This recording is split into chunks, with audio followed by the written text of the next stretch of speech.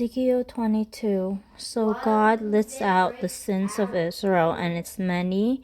And he said that there's a lot of shedding blood, a lot of murder, a lot of adultery, a lot of idolatry.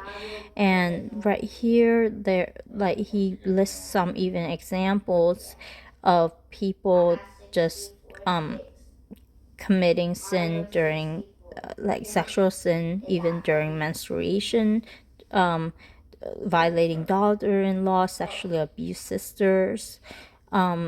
So those are things that are really bad for him, or he lists out that are really abominable to him. And then not that they were evil and they shed blood, they defile themselves, and so God will then judge, and then he will gather them. He said that they become waste metal, and he will then gather them and melt them. In the study Bible, it said this is to remove, to separate metal from its impurities. I'm not sure if this is for that cause, because God actually said that all of them are bronze.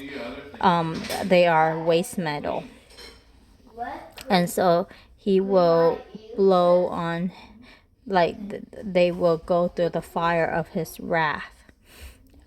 So they will be melted, not to refine. Elsewhere in the Bible, he talks about gold being refined by fire, but this one, he's just saying that they will melt in it.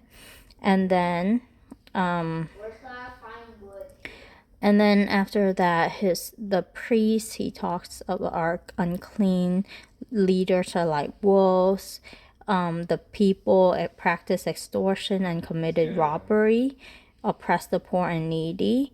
And then he talked about how he search for a man to stand in the gap, and that phrase is very interesting. Stand in the gap. And the study Bible actually talk about Moses was a person who stood in the gap to pretty much pray for the people, on behalf of them. And I couldn't really quite understand this idea of standing in the gap. Why does God need someone like that? Is this only before Jesus? Because now Jesus is our mediator, and he's like our high priest, forever praying for us, and pretty much defending us in the presence of God. Why does God need someone like that? And is Ezekiel and Jeremiah not people that could have stood in the gap? What are the requirements for someone to be standing in the gap? There's a lot of questions. So there's a lot of I don't understand about this, but God said it, that he couldn't find anyone who would be able to do that for the land. Or is it because the land has gotten to a point where it's so wicked that God just doesn't, is he rejects those people. No one is fit to do that. So there's a lot of questions, but pretty much now it's judgment time.